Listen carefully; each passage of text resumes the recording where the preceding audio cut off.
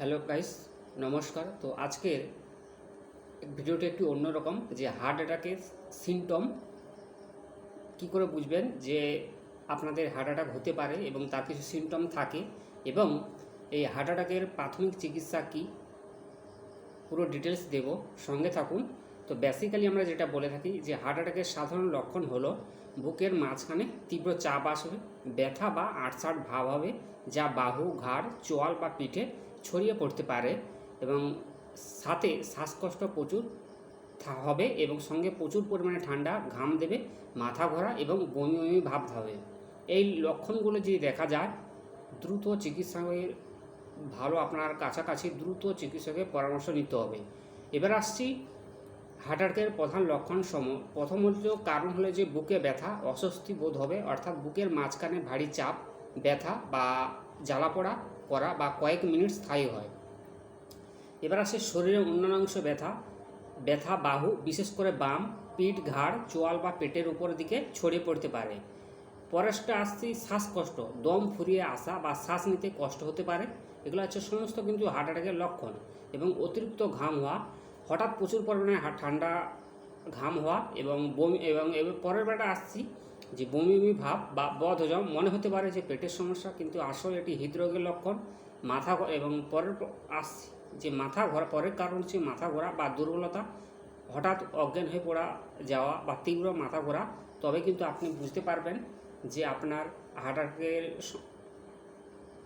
সম্ভাবনা রয়েছে। এবং অস্বাভাবিক ক্লান্তি, কোনো কারণ ছাড়া যদি চরম ক্লান্তি অনুভব করে, সেক্ষেত্রে কিন্তু আপনি হার্ট অ্যাটাকের ঝুঁকি হতে পারে। এবার আসছি যে নারীদের ক্ষেত্রে অনেক সময় বুকের ব্যথা চেয়েও শ্বাসকষ্ট, চোয়াল বা পিঠে ক্লান্তি বেশি দেখা দিতে পারে। এবার সেই হার্ট অ্যাটাকে হলে করণীয় কি, দেরি না করে যত দ্রুত সম্ভব নিকটবর্তী হাসপাতালে জরুরি বিভাগে যোগাযোগ করুন এবং রোগীকে আরামদায়কভাবে বসিয়ে শুয়ে দিন।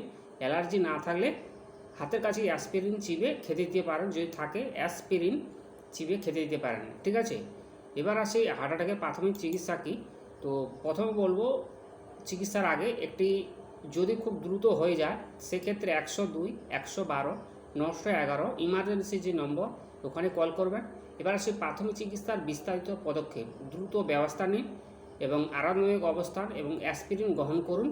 লক্ষণ দেখা দিলে সাথে সাথে দ্রুত চিকিৎসকের সাহায্য নিন এবং আরামদায়ক অবস্থান রোগীকে বসিয়ে দিন।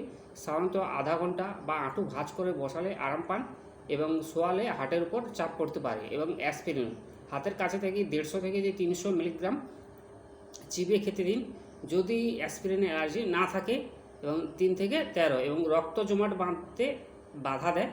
এবার আসে কাপড় ঢিলে করুন, অর্থাৎ এই গলা বা বুকের কাছে যদি কাপড় টাইট থাকে, টাইট বা বেল ঢিলে করে দিন, সেক্ষেত্রে রোগী কিন্তু অনেক আরামদায়ক হবে। এবার আসছি, রোগী যদি অচেতন হলে